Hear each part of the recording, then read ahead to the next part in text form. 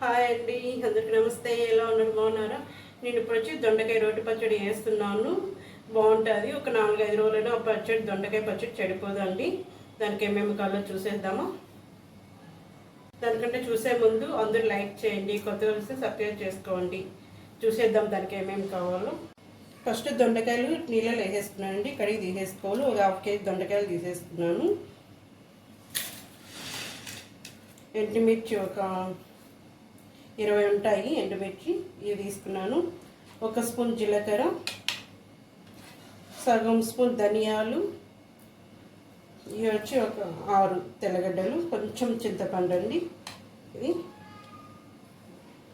First ఈ 3 fry చేసేసుకోవాలి oil లేకుండా. ధనియాలు, తెల్లగడ్డ, జీలకర్ర ఈ 3 ఆయిల్ లేకుండా ఫ్రై చేసేసుకోవాలి. ఫస్ట్ ఈ కడిగి తీసేసుకుందాం మనము.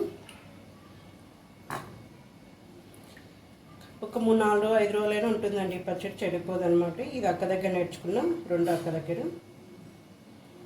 మేము ఎక్కడికన్నా అప్పుడు లాంగ్ జర్నీ వేసేటప్పుడు ఈ పచ్చడి వేసుకొని ఎత్తుకొని వస్తాను ఇంతను. ఇది ఫస్ట్ కట్ చేసేసుకోవాలి. ఫస్ట్ ఇన్ని కట్ చేసేసుకొని ఇట్లా 4 ముక్కలుగా కట్ చేసేసుకోవాలి దొండకాయలు. ఇవి చూపిస్తాను.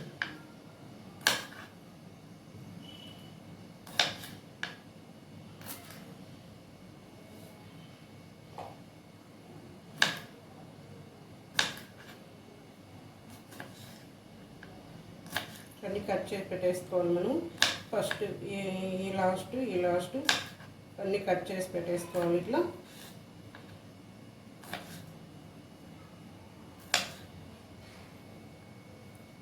చూడండి, ఈ పక్క 2 పక్కలే తీసేసి కట్ చేసేసుకొని మన మధ్యలో కట్ చేసుకుని ఇట్లా 4 ముక్కలుగా కట్ చేసి పెట్టేసుకోవాలి. చూడండి, 1 కప్ ఆయిల్ తీసుకున్నాను, ఎందుకంటే దొండకాయ ఆయిల్లోనే ఫ్రై చేసేసుకోవాలి. 1 కప్ ఆయిల్ తీసేసుకున్నాం.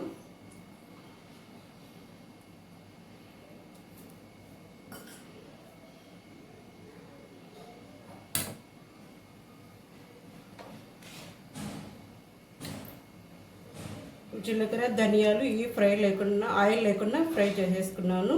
ఆయిల్ లేకుండా ఫ్రై చేసుకున్నా ధనియాలు, జీలకర్ర ఈ పక్కన పెట్టేసి,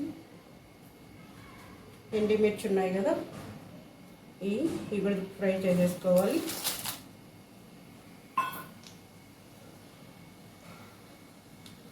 తెల్లగడ్డలు, ఈ ఎండుమిర్చి ఫ్రై అయిపోయినాక తెల్లగడ్డలు కూడా ఫ్రై చేసేసుకోవాలి దీంట్లోనే. ఈ కలర్ వచ్చినాక ఫ్రై చేసేసుకోవాలి ఎండుమిర్చి. ఇది తీసేసుకున్నాం.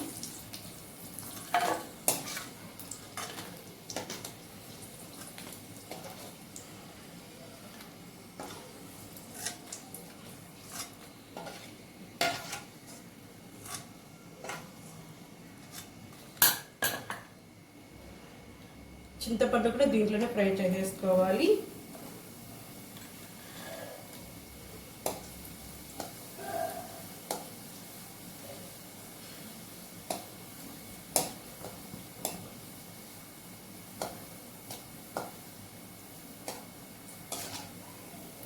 చింతపండు ఈ కలర్ వచ్చినాక ఫ్రై చేసేసుకోవాలి. ఇది కూడా తీసేసుకుందాం. ఎండుమిర్చిలోనే చింతపండు తీసేసుకుంటున్నాను.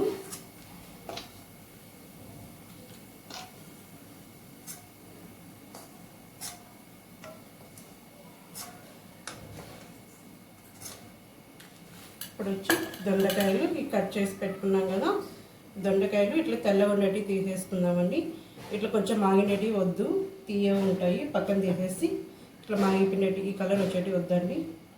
ఇట్లా తెల్లగా ఉండాలి దొండకాయ లోపల. ఇన్ని తీసేసుకున్నాం.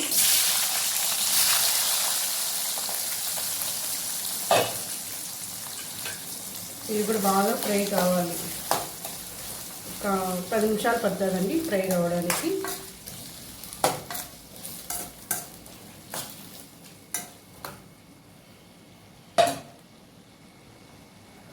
చూడండి, దొండకాయలు బాగా ఈ కలర్ వచ్చినట్టు ఫ్రై చేసేసుకోవాలి.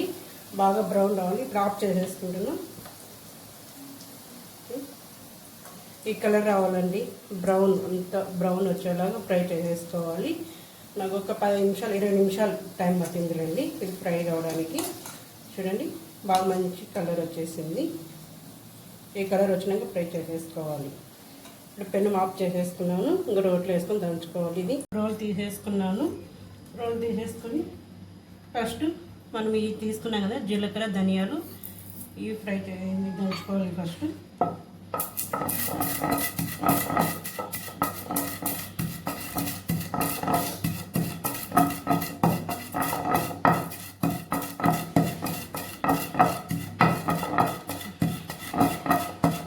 ధనియాలు కొన్ని తీసుకున్నామండి, మళ్ళీ ధనియాల స్మెల్ వస్తుంది.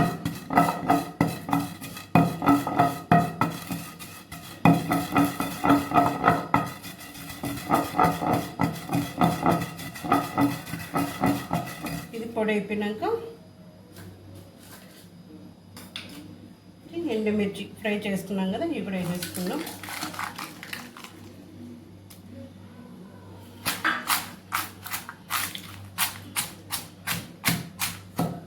ఇది చేసుకోవాలి పొడి బాగా. ఇప్పుడు బాగా దంచేసుకున్నాక పొడి అయిపోయింది. చూడండి ఇది ఇట్లా పొడి అయిపోయినాక ఇప్పుడు దొండకాయలు వేసుకోవాలి.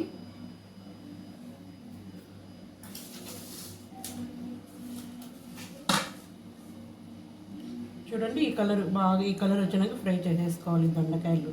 అందుకే ఆయిల్ ఎక్కువ పడుతుందండి దొండకాయకి.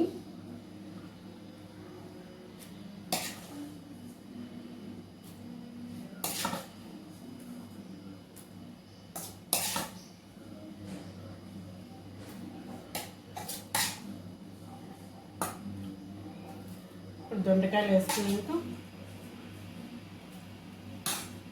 సాల్ట్ సగం స్పూన్ సాల్ట్ వేసేసినాను. ఇవి కూడా దంచేసుకోవాలి బాగా.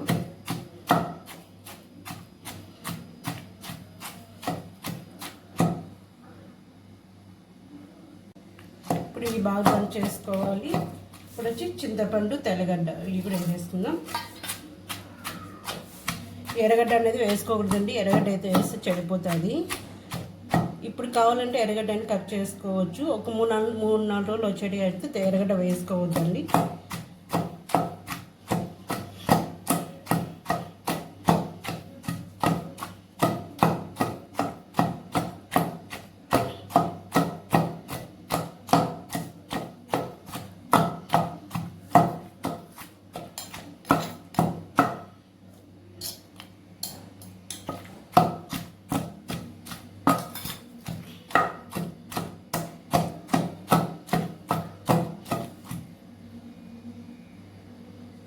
అయిపోయిందండి దొండకాయ రోటి పచ్చడి.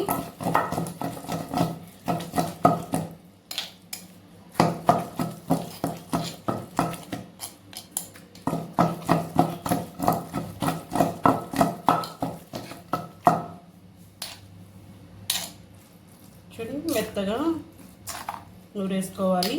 అందుకే ఆయిల్ ఎక్కువ పడింది. ఆయిల్ ఎక్కువ పడితే ఎక్కువ చెడిపోదు కదా అండి, అందుకనేసి అన్నంలో వేసుకొని తింటే ఉంటుంది. అంతే అండి, దొండకాయ రోటి పచ్చడి రెడీ అయిపోయింది. మనకి కావాలంటే ఎర్రగడ్డ కావాలంటే కొంచెం పక్కన తీసేసుకొని కొంచెం గిన్నెలో ఎర్రగడ్డ వేసుకొని కలుపుకొని తినచ్చు. మొత్తం ఎర్రగడ్డ వేస్తే ఒక వారంలో చెడిపోతుందండి, ఎర్రగడ్డ వేయొద్దండి. మనకి ఇప్పుడు కావాలంటే కొంచెం కప్పులే తీసేసుకొని దీంట్లో ఎర్రగడ్డ కలుపుకొని అన్నంలో తినచ్చు. నేనైతే ఎర్రగడ్డ వేయట్లేదండి, కనీసం 3-4 రోజులైనా వస్తుంది కదా అనేసి నేను ఎర్రగడ్డ వేయట్లేదు. అయిపోయింది దొండకాయ రోటి పచ్చడి. ఎలా ఉంది, బాగుందా దొండకాయ రోటి పచ్చడి? బాయ్ అండి.